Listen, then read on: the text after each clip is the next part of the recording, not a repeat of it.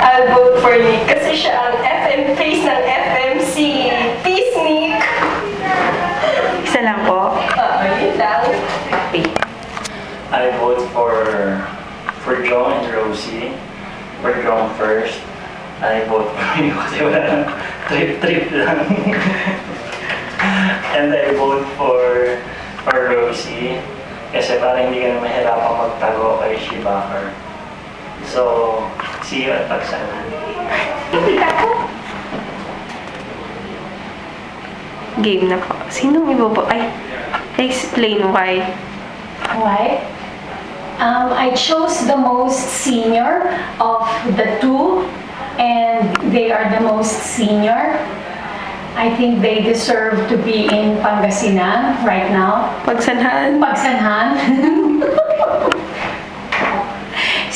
See my vote there, and then my other vote here. Okay. Okay. Okay. First vote ko goes to Jong kasi siya yung feeling ko siya yung may gusto lumabas dito. And feeling ko mas willing siya dahil friends naman sila ni CM. Tapos yung second vote ko goes to Rosie. Kasi feeling ko siya yung perfect body for Jong. Okay. Okay. Ina-vote ko ay si Divan tsaka si Nick. Kasi talaga silang senior, di ba? Tapos South part din sila. Tsaka, yun. Huwag sana sila magalit. Divan and Nick, sorry! Tsaka magaling silang TL, di ba? Okay. Game. Wow! Ang binoto ko ay si Zini at saka si Nicasio. Kasi gusto ko lang silang magkasama sa Pagsanhan Falls. May mga ganun.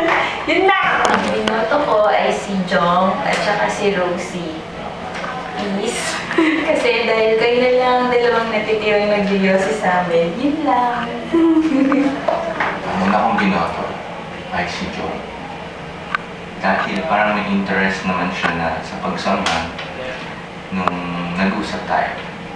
At yung isa, si Rosie. Para masaya naman si Joe pag nag-duty sila doon. Kasi palagi naman sila magkasama. Yun lang. Okay. Ano sabihin ko? Sabihin mo kung bakit. Pinili ko silang dalawa kasi they're always speaking on me. Lalo na itong nasa taas na to. And hate ko siya talaga. Itong isa kasi nakiayon, kaya binoto ko rin siya. Okay. Yun lang po. These are my votes because Because? yun ang feel ko eh. Yun lang. Okay? Okay. Yun lang. Game? Oh, game na. May numbers. Record. Okay. Oo, may numbers. So, ang iboboto ko ay si Ivan at si Nicasio. Since nagkakasundo naman sila na lang magkasama sa Pagsanhan. Peace tayo. Game nga.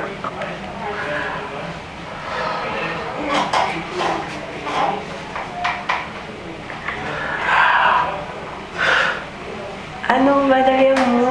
Ang binoboto ko ay si Rosie. Total naman may boto kasi ko na siya galing kay Schumacher. Kaya kaya niya nang puntahan yung mga liblib na lugar para makapag-dialysis. At maraming buko doon. Mahilig din siya sa buko. Teka na! Isa pang binoboto ko ay si Joe. Wala na. Kasi, wala lang. Wala no. Hindi niya ako binigyan ng maraming butterscotch. Okay. Sige. Ang binoto ko si Ate Zini. Kasi, para naman ma-experience siya mag-probinsya ng malayo. Tsaka para makapag-swimming siya sa Pagsanhan Falls. Kasi ang tubig doon, di ba, organic, mahilig siya. Okay, yun lang. Next, si Nick. Gusto ko si Nick na makasama niya para ibalik nila yung nakaraan nila sa Laguna, yung tandem nila. Tsaka alam ko, matutulungan ni Nick si Ate Zini at si Ate Zini din, matutulungan si Nick na mapatino. Kasi supalpal siya kay Ate Zini. Yes. 3. Go. Hello, ang i-vote ko na ma-assign sa pagsanan is si Jong. Mukhang gusto naman niyang ma-assign sa labas ulit. So since parang willing siya, gusto niyang pag-isipan, so ayun, siya lang i-assign ko dun. Next one, si Rosie. Kasi best friend naman siya ni Jong.